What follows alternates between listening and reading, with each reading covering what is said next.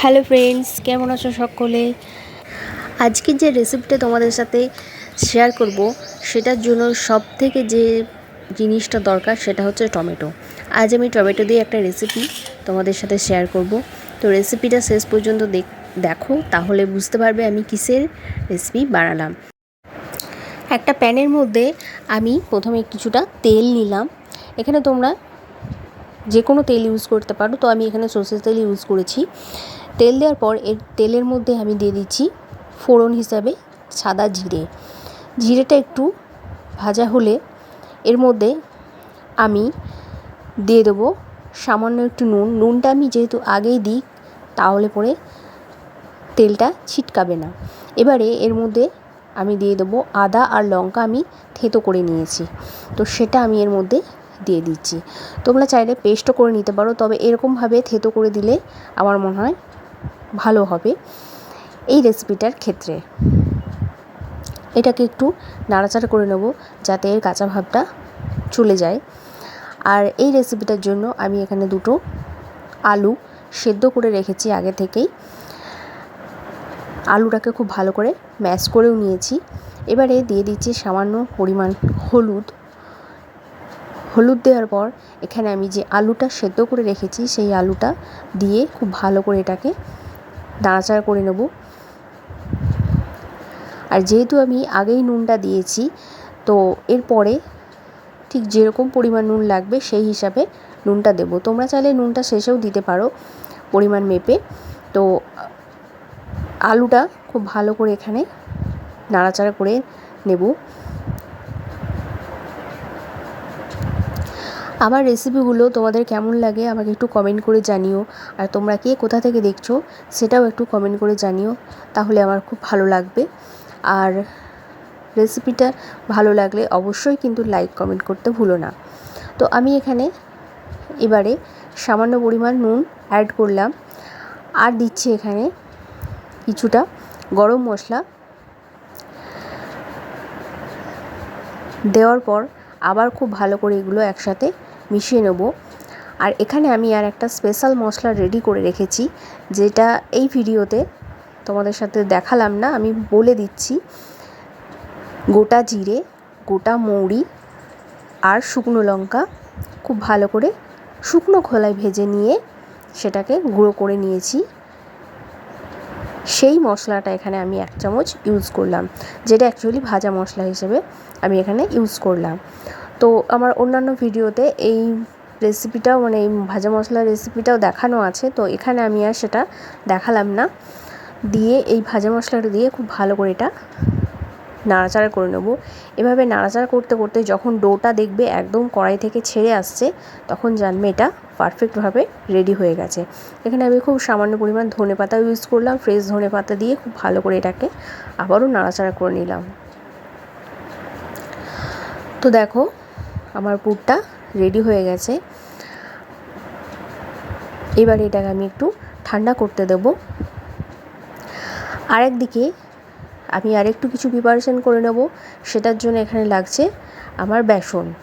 আমি এখানে প্রায় 2 কাপ মতো বেসন নিয়েছি। বেসনের মধ্যে দিয়ে দেবো পরিমাণ মতো নুন, সামান্য হলুদ। হলুদটা এই কারণে দেওয়া যাতে রঙটা ভালো লাগে। এবারে খুব ভালো করে এটাকে মিশিয়ে অল্প অল্প জল দিয়ে একটা টাইট ব্যাটার রেডি করে নেব।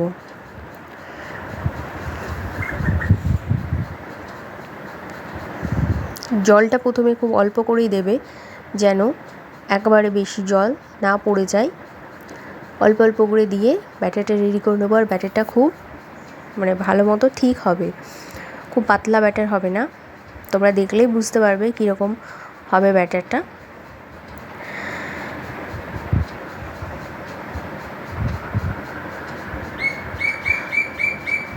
তো ব্যাটারটা আমি রেডি করে রেখে দেবো 5 থেকে 7 মিনিটের জন্য রেস্টে। ততক্ষণে আরও কিছুটা কাজ বাকি আছে, সেটা সেরে নেব।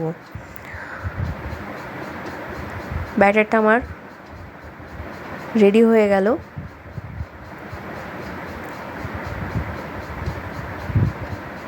দেখতেই পাচ্ছ ব্যাটারটা কিন্তু বেশ খানিকটাই ঠিক আছে।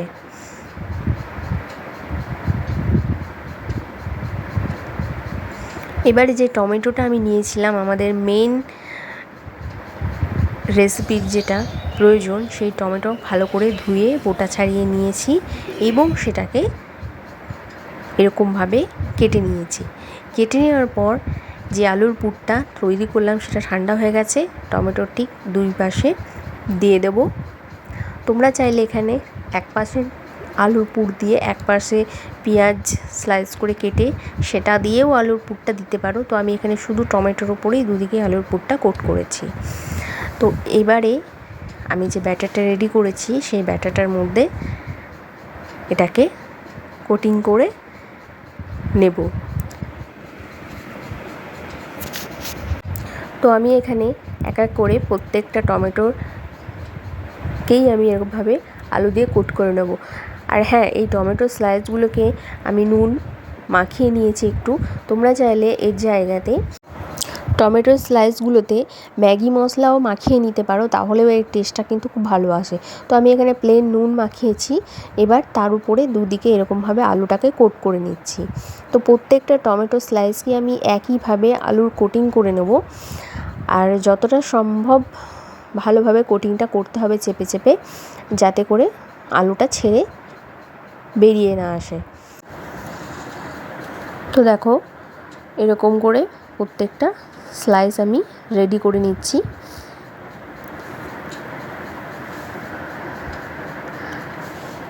অন্যদিকে একটা কড়াইতে আমি তেল গরম করতে দিয়েছি। তেল গরম ভালো মতো হয়ে গেলে আমি এই টমেটোর যে স্লাইসগুলো রেডি করলাম প্রত্যেকটা আলুর পুর দিয়ে, তো সেটাকে ওই বেসন যেটা রেডি করেছিলাম সেটার মধ্যে ডুবিয়ে নেব। তার আগে বেসনের মধ্যে আমি দিয়ে দিচ্ছি 1 চিমটে বেকিং সোডা দিয়ে খুব ভালো করে বেসনটাকে একটু ফেটিয়ে নেব, যাতে করে আমাদের এই টমেটো রেসিপি খুব ভালোভাবে হয়। তো খুব ভালো করে বেসনটাকে ফেটিয়ে নিলাম।